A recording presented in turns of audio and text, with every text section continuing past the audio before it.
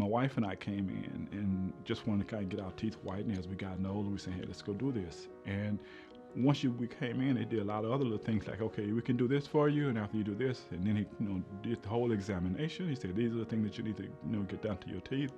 But I mean, it started out just getting my teeth whitened, and then from there, we've loved them ever since. For one thing, they wanted to make sure your teeth was in condition, and I also wanted to make sure that the whitening was going to be workable for you. So they want to make sure your teeth was good and clean and that type of thing. So once I come in and checked out my teeth and they said, okay, this is what we want to do, but I mean, this will work for you, but let's do a deep cleaning for you first, and then we'll start your whitening process. I had some problem with, as I've gotten older, I had old fillings from the army.